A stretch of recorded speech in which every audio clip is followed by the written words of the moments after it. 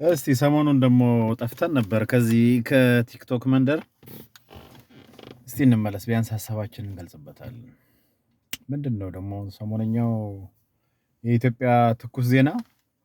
ዕዳ አለባችሁ ክፈሉ ተብለናል። እንግዲህ ሲበደሩ ያላማከሩን ሰዎች ዕዳው ሲመጣ እንካፈል ብለው እየነገሩን ነው። እቺ ነገር እንዴት ነች? ሰው ስለ እድገት፣ ስለ ትርፍ፣ ሰዎች በልተው ስለማደራቸው፣ ሰላም ስለመሆናቸው፣ ወጥተው በሰላም ገብተው መኖር መቻላቸውን ሳያረጋግጥ የማንም ዱርዬ በኢትዮጵያ ስም የተበደረውን ጣጣ ዛሬ ህዝቡን እንካፈል ይላል። በቃ ይሄ እኮ የመጨረሻ የመውረድ ምልክት እኮ ነው። ዶክተሮች የሚበላ ምግብ አጣን፣ ዳቦ ቸግሮናል እያሉ ባለበት ሰዓት እነሱ ዕዳ አለባችሁ እንካፈል እያሏቸው ነው። እነሱንም በሌላ ቋንቋ ደሞዝ ይጨመርልን ምናምን የምትሉትን ተውና ዕዳውን እንካፈል እያሉ ነው። በነገራችን ላይ ማን የተበደረውን ነው ማን የሚከፍለው? ለምን ተበደሩት? ህዝባቸውን በቦምብ ለመምታት አይደል? በድሮን በመድፍ በታንክ ለመደብደብ ብር ተበደሩ። ያ ወያኔም ተበደረ፣ እነዚህም ተበደሩ። እነዚህ አሁንም እየተበደሩ እንደውም በቁም ሁሉ የኢትዮጵያን ህዝብ ሳያስይዙት ላው ላይ ቀብድ ሳይበሉበት ይቀራሉ። ይሄን ህዝብ ደፋር። አሁን ደግሞ የመጣው ከባድ ነው። ከባድ በላተኛ ነው የመጣው ደግሞ። አንድ ልጄ ምን አለች መሰላችሁ? አንድ ልጄ እንዴት ነው ዶክተር መሆን ትፈልጊያለሽ ወይ አልኳት። ኧረ እባክህ ልራብልህ አላለችኝም። እንዲህ ነው እያረሩ መሳቅ እየተቃጠሉ። ልጆች እንኳን ዶክተር መሆንን ነበር የሚመኙት ሁሉም ኢትዮጵያ ልጆች፣ ዶክተር፣ ኢንጂነር። አሁን ዶክተር መሆን በጣም አሰቃቂ ሆኗል። በቃ አስተማሪ እንደመሆን ማለት ነው። ስንት ዓመት ወጋች ላባቸውን አንጠፍጥፈው ጨዋታ ዘመናቸውን እንደኛ እንኳን ሳይጫወቱ አሳልፈው 7 ዓመት ታሽተው ዶክተር የሆኑ ልጆች ስለ ዳቦና እንጀራ ዛሬ ላይ ሳስብ ይገርመኛል። እኔ የተወሰኑ ሀገራትን አይቻለሁ። ከአፍሪካ ሀገራትም ቢሆን 1 3 4 አይቻለሁ። የዶክተር ደሞዝ ዝቅተኛው አፍሪካ ውስጥ $1500 ነው። የመጨረሻ ደሃ የምትባለው ሀገር ላይ ዝቅተኛው ኡጋንዳ ብትሄዱ፣ ኬንያማ ትልቅ ነው። አሁን $3000 ምናምን ነው መነሻቸው። የአንድ ዶክተር ደሞዝ። ዶክተር ለማግኘት ኬንያ ውስጥ መከራህን በልተህ ነው የዶክተር ቀጠሮ የሚኖርህ ብሎ እንደ ቀልድ የሚገኝ ነገር አይደለም። ደግሞ ይገርማቸዋል ኢትዮጵያን ዶክተሮች ኬንያ ብትሄዱ፣ ጅቡቲ ብትሄዱ፣ ሱዳን ብትሄዱ ምርጥ የሚባሉት ስፔሻሊስቶች ኢትዮጵያን ዶክተሮች ናቸው። የዛ ሀገር ዜጎች እንኳን የሚፈልጉት በእነሱ መታከም ነው።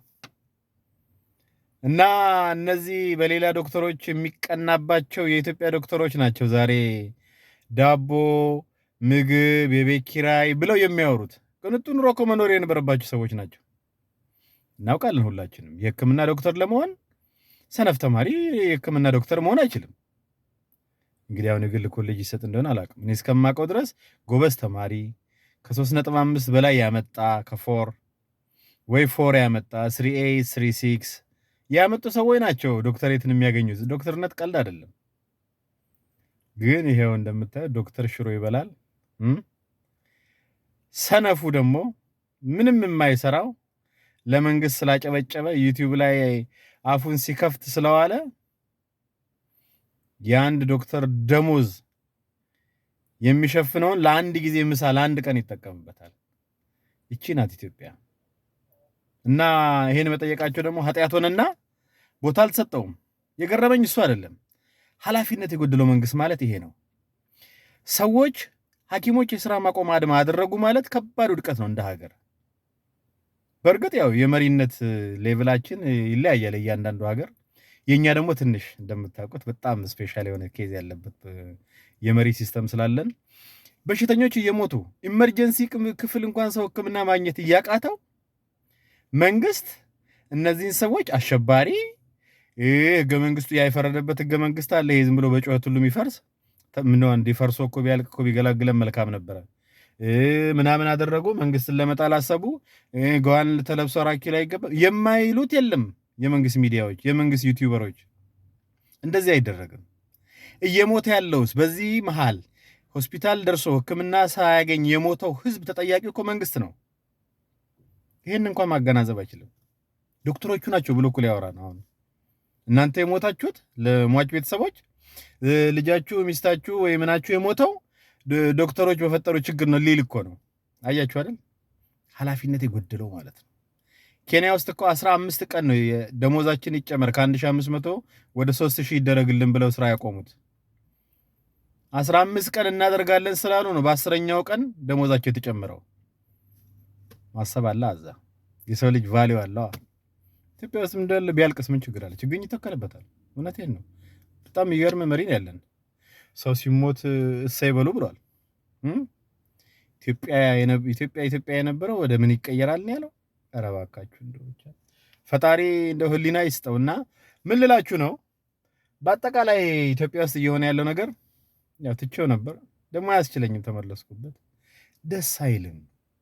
መንግስት እንዴት እንደ መንግስት የራሱን ክብር አይጠብቅም? ኃላፊነቱን ለምን አይወጣም?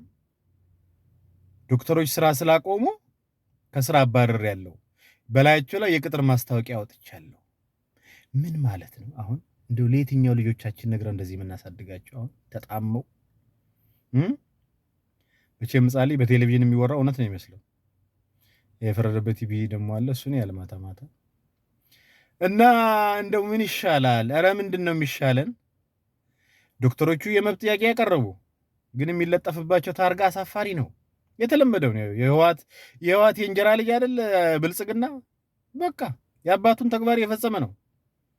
ከአባቱ የወረሰውን የራሱን ባህሪ ሲጨምርበት ክፋት በክፋት ተንኮል፣ እያንዳንዱን ነገር ከወንበሩ ጋር ነው የሚያያይዘው።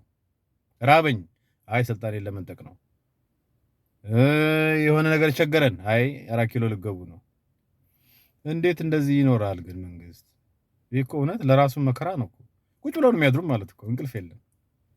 4 ኪሎ ሲሉ የሚያድሩ ማለት 4 ኪሎ መጡብን ምናምን አይሆንም እንደዚህ። እስቲ ሰከን ብለው ያስቡ እነዚህ ሰዎች። መስከኛ ካላቸው ማለት ነው። መስከኛም ያስፈልጋል እኮ ሰከን ለማለት። እግዚአብሔር ይታረቃቸው። እውነት የሚያሳፍር ሀገር ሆኗል። አሁንማ ለየለት በቃ።